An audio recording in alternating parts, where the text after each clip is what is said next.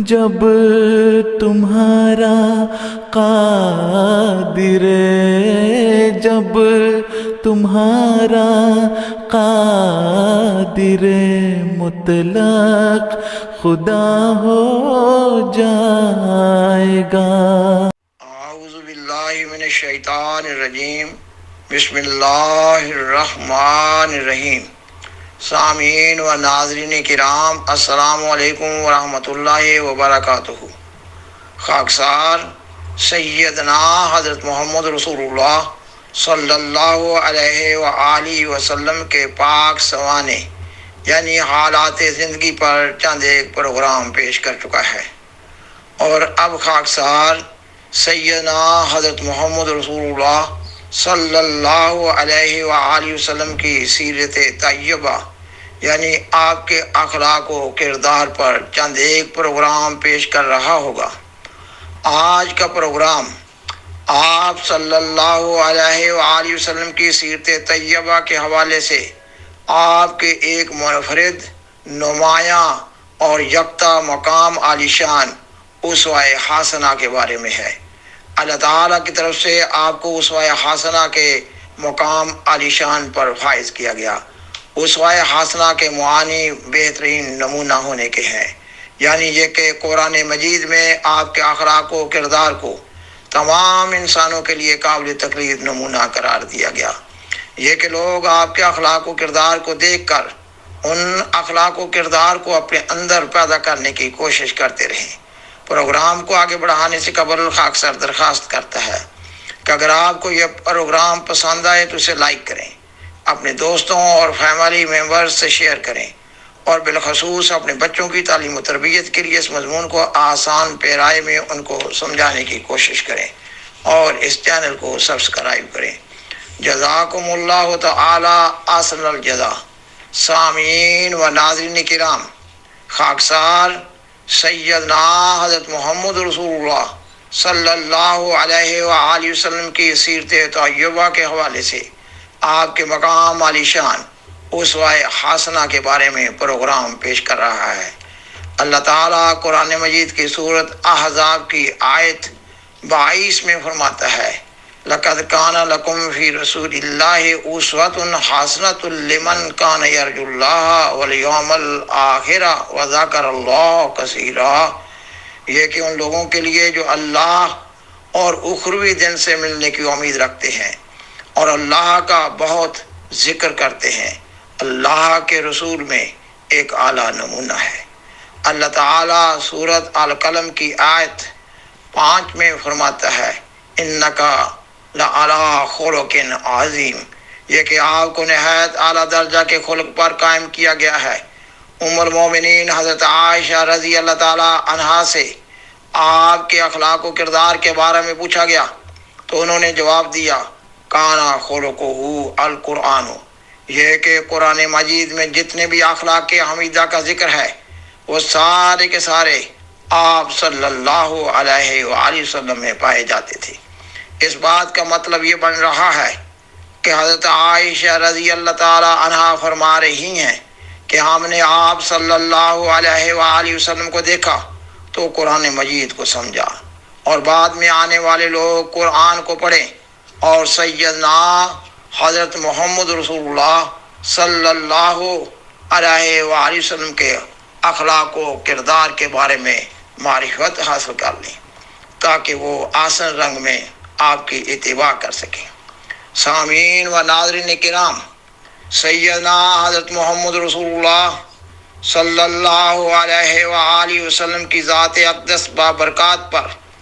نبوت اپنی معراج کو پہنچی، نبوت اپنی تکمیل کو پہنچی۔ آپ کو اللہ تعالیٰ کی طرف سے خاتم النبیین کا خطاب دیا گیا۔ جب ہم لفظ خاتم النبیین کی تشریح میں جاتے ہیں تو اس کا مطلب یہ بنتا ہے کہ صرف نبوت ہی آپ کی ذات اقدس باب برکات پر اپنی تکمیل کو نہیں پہنچی، بلکہ ایمان و اخلاق اور عرفان کا ہر شعبہ آپ کی ذات اقدس بابرکات پر اپنی تکمیل کو پہنچا۔ تبھی تو آپ کی ذات اقدس بابرکات پر نبوت اپنی تکمیل کو پہنچی۔ خاکسار اس فارمولہ کی تشریح میں بیان کرتا ہے کہ بعض لوگ حضور صلی اللہ علیہ وآلہ وسلم سے پہلے بھی سچ بولتے تھے، مگر جب آپ کی ذات اقدس بابرکات سے سچ کا صدور ہوا تو لوگوں نے جان لیا کہ سچ اس طرح بھی بولا جا سکتا ہے۔ آپ صلی اللہ علیہ وآلہ وسلم کے سچ بولنے سے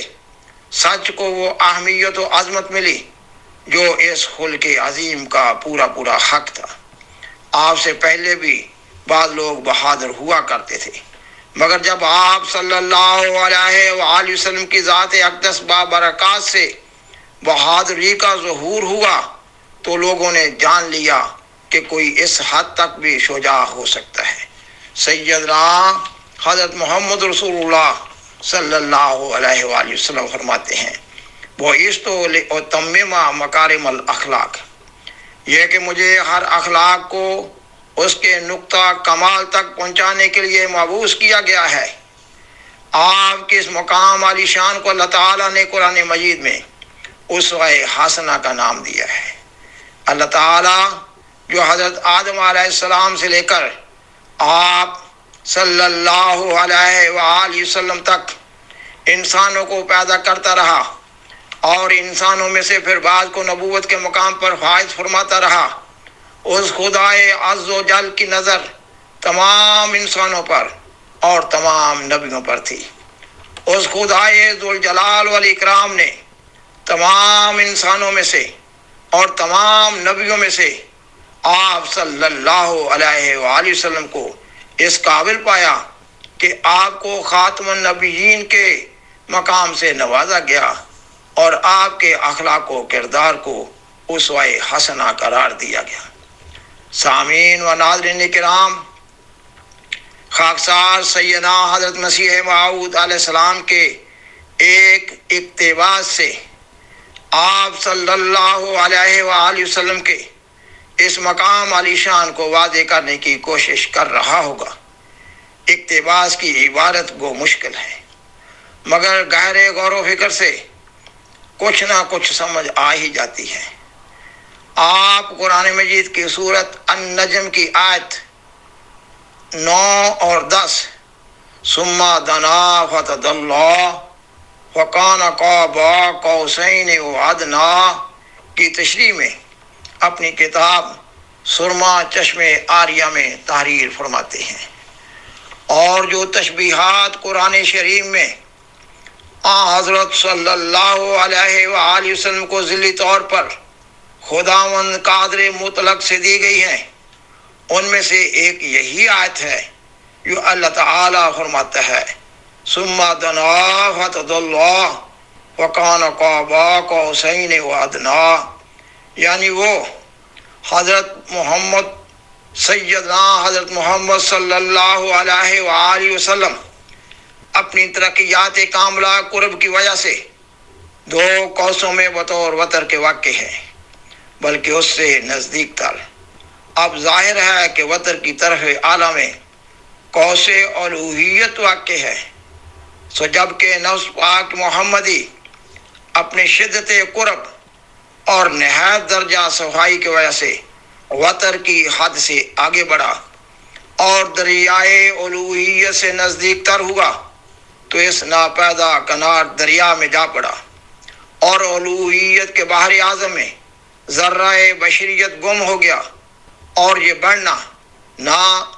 مستحدث اور جدید طور پر بلکہ وہ ازل سے بڑا ہوا تھا، اور ذلی اور مستعار طور پر اس بات کے لائق تھا کہ آسمانی صحیفے اور الہامی تحریریں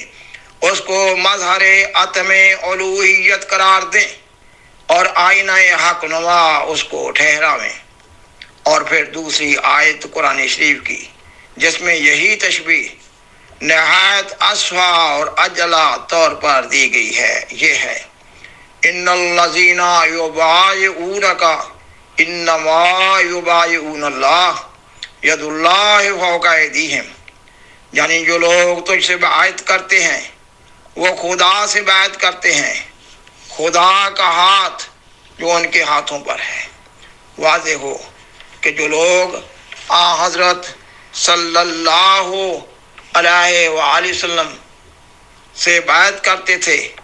وہ حضرت صلی اللہ علیہ وآلہ وسلم کے ہاتھ میں ہاتھ دے کر بیعت کیا کرتے تھے،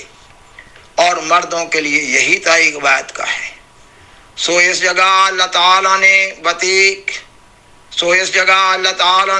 بطریق مجاز حضرت صلی اللہ علیہ وآلہ وسلم کی ذات بابرکات کو اپنی ذات اقدس ہی قرار دے دیا، اور ان کے ہاتھ کو اپنا ہاتھ قرار دیا۔ یہ کلمہ مقام جمع میں ہے، جو بوجہ نہایت قرب حضرت صلی اللہ علیہ وآلہ وسلم کے حق میں بولا گیا ہے۔ سو اس مرتبہ جمع کی طرف جو محبت تامہ دو طرفہ پر موقوف ہے۔ اس آیت میں بھی اشارہ ہے، وَمَا رَمَيْتَ إِذْ رَمَيْتَ وَلَٰكِنَّ اللَّهَ رَمَىٰ، تو نے نہیں چلایا، خدا نے ہی چلایا جبکہ تو نے چلایا۔ ایسا ہی یہ اشارہ اس دوسری آیت میں پایا جاتا ہے، جیسا کہ اللہ تعالیٰ فرماتا ہے، قُلْ يَا عِبَادِيَ الَّذِينَ أَسْرَفُوا عَلَىٰ أَنفُسِهِمْ لَا تَقْنَطُوا مِن رَحْمَتِ اللَّهِ إِنَّ اللَّهَ يَغْفِرُ الذُّنُوبَ جَمِيعًا، یعنی ان کو کہہ دے کہ اے میرے بندو، جنہوں نے اپنی جانوں پر اسراف کیا، یعنی ارتکاب کبائر کیا، تم خدا کی رحمت سے نا امید مت ہو، وہ تمہارے سب گناہ بخش دے گا۔ اب ظاہر ہے کہ بنی آدم حضرت صلی اللہ علیہ وآلہ وسلم کے بندے تو نہیں ہیں، بلکہ سب نبی اور غیر نبی خدا تعالیٰ کے بندے ہیں۔ لیکن چونکہ حضرت صلی اللہ علیہ وآلہ وسلم کو اپنے مولا کریم سے قرب عتم یعنی تیسرے درجے کا قرب حاصل تھا، سو یہ سخن بھی مقام جمع سے سرزد ہوا، اور مقام جمع کعبہ کو حسین کا مقام ہے، جس کی تفصیل کتب تصوف میں موجود ہے۔ ایسا ہی اللہ تعالیٰ نے مقام جمع کے لحاظ سے کئی نام حضرت صلی اللہ علیہ وآلہ وسلم کے ایسے رکھ دیے ہیں جو خاص اس کی صفتیں ہیں، جیسا کہ حضرت صلی اللہ علیہ وآلہ وسلم کا نام محمد صلی اللہ علیہ وسلم رکھا ہے، جس کا ترجمہ یہ ہے کہ نہایت تعریف کیا گیا۔ سو یہ غایت درجہ کی حقیقی طور پر خدا تعالیٰ کی شان کے لائق ہے، مگر ذلی طور پر حضرت صلی اللہ علیہ وآلہ وسلم کو دی گئی۔ ایسا ہی قرآن شریف میں حضرت صلی اللہ علیہ وآلہ وسلم کا نام نور، جو دنیا کو روشن کرتا ہے، اور رحمت، جس نے عالم کو زوال سے بچایا ہوا آیا ہے، اور رؤوف اور رحیم، جو خدا تعالیٰ کے نام ہیں۔ ان ناموں سے بھی حضرت صلی اللہ علیہ وآلہ وسلم پکارے گئے ہیں، اور کئی مقام قرآن شریف میں اشارات اور تصریحات سے بیان ہوا ہے کہ حضرت صلی اللہ علیہ وآلہ وسلم مظہر عتم الوہیت ہیں، اور ان کا کلام خدا کا کلام، اور ان کا ظہور خدا کا ظہور، اور ان کا آنا خدا کا آنا ہے۔ سورۃ آل عمران میں مفصل یہ بیان ہے کہ تمام نبیوں سے عہد و اقرار لیا گیا کہ تم پر واجب و لازم ہے کہ عظمت و جلالیت شان ختم رسل پر جو محمد مصطفیٰ صلی اللہ علیہ وآلہ وسلم ہے ایمان لاؤ، اور ان کی اس عظمت اور جلالیت کی اشاعت کرنے میں بدل و جان مدد کرو۔ اسی وجہ سے حضرت آدم صفی اللہ سے لے کر تا حضرت مسیح کلمۃ اللہ جس قدر نبی و رسول گزرے ہیں، وہ سب کے سب عظمت و جلالیت حضرت صلی اللہ علیہ وآلہ وسلم کا اقرار کرتے آئے ہیں۔ حضرت موسیٰ علیہ السلام نے توریت میں یہ بات کہہ کر کہ خدا سینا سے آیا اور شعیر سے طلوع ہوا اور فاران کے پہاڑ سے ان پر چمکا، صاف جتلا دیا کہ جلالیت الہی کا ظہور فاران پر آ کر اپنے کمال کو پہنچ گیا، اور آفتاب صداقت کی پوری شعائیں فاران پر ہی آ کر ظہور پذیر ہوئیں۔ اور وہی تورات ہم کو یہ بتلاتی ہے کہ فاران مکہ معظمہ کا پہاڑ ہے، جس میں حضرت اسماعیل علیہ السلام جد امجد حضرت صلی اللہ علیہ وآلہ وسلم کی سکونت پذیر ہوئی۔ اور یہی بات جغرافیہ کے نقشوں سے بپایا ثبوت پہنچتی ہے، اور ہمارے مخالف بھی جانتے ہیں کہ مکہ معظمہ میں سے بجوز حضرت صلی اللہ علیہ وآلہ وسلم کوئی رسول نہیں اٹھا۔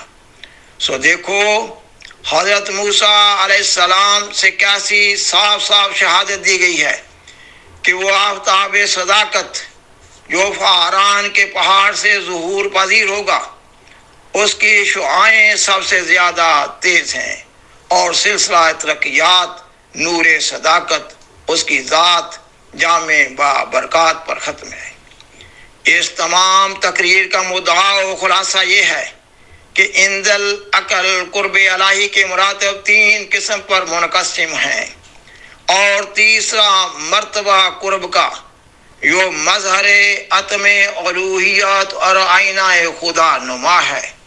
حضرت سیدنا و مولانا محمد مصطفیٰ صلی اللہ علیہ وآلہ وسلم کے لیے مسلم ہے، جس کی شعائیں ہزارہا دلوں کو منور کر رہی ہیں، اور بے شمار سینوں کو اندرونی ظلمتوں سے پاک کر کے نور قدیم تک پہنچا رہے ہیں۔ وَلِلَّهِ دَرُّ الْقَائِلِ، وَلِلَّهِ دَرُّ الْقَائِلِ کا مطلب ہے، یعنی یہ کہ جو شعر اب پڑھا جانے والا ہے، اللہ تعالیٰ اس شعر کہنے والے پر اپنی رحمت نازل فرماتا چلا جائے، آمین۔ اور وہ شعر یہ ہے: محمد عربی بادشاہ ہر دو سرا، کرے ہے روح قدس جس کے در کی دربانی، اسے خدا تو نہیں کہہ سکوں پہ کہتا ہوں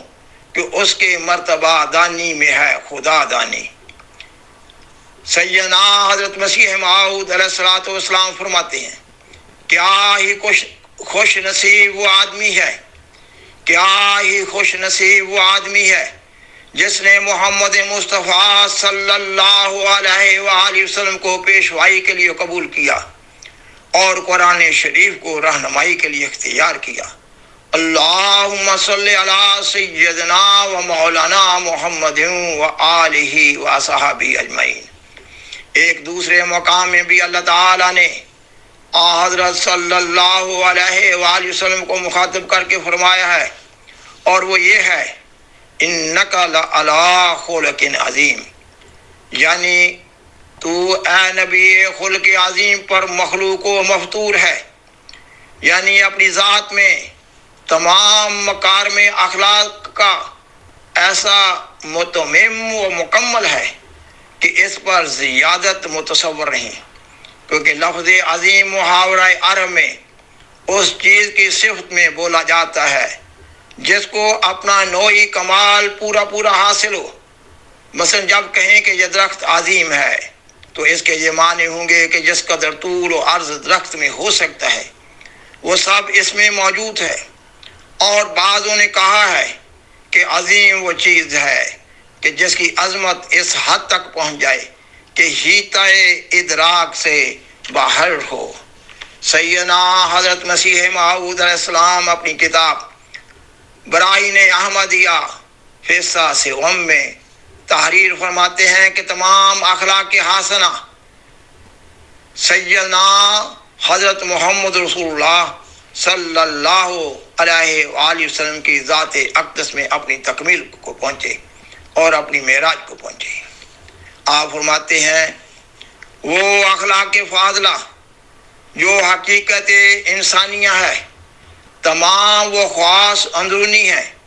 جو نفس ناطقہ انسان میں پائے جاتے ہیں، جیسے عقل، ذکا، سرعت فہم، صفائی ذہن، حسن تحفظ، حسن تذکر، عفت، حیا، صبر، قناعت، زہد، تورع، جوامردی، استقلال، عدل، امانت، صدق لہجہ، سخاوت فی محلہ، اثار فی محلہ، کرم فی محلہ، مروت فی محلہ، شجاعت فی محلہ، علو ہمت فی محلہ، حلم فی محلہ، تحمل فی محلہ، حمیت فی محلہ، تواضع فی محلہ، ادب فی محلہ، شفقت فی محلہ، رافت فی محلہ، رحمت فی محلہ، خوف الہی، محبت الہیہ، انس باللہ، انقطاع اللہ وغیرہ وغیرہ۔ نورن علی نور، آپ فرماتے ہیں نورن علی نور، نور فائز ہوا نور پر، یعنی جب کہ وجود مبارک حضرت خاتم الانبیاء صلی اللہ علیہ وآلہ وسلم میں کئی نور جمع تھے، سو ان نوروں پر ایک اور نور آسمانی وحی الہی ہے وارد ہو گیا، اور اس نور کے وارد ہونے سے وجود باجود خاتم الانبیاء کا مجمع الانوار بن گیا۔ سامعین و ناظرین کرام، سیدنا حضرت محمد رسول اللہ صلی اللہ علیہ وآلہ وسلم کا مقام اسوہ حسنہ ایک عظیم الشان مقام ہے۔ یہ مضمون بمنزلہ ایک ناپیدا کنار سمندر کے ہے۔ خاکسار نے تعارف کے رنگ میں چند ابتدائی اور بنیادی امور پیش کرنے کی کوشش کی ہے۔ آئندہ کبھی اس مضمون کو مزید آگے بڑھانے کی کوشش کی جا رہی ہوگی انشاءاللہ تعالی۔ وآخر دعوانا ان الحمدللہ رب العالمین۔ شکریہ۔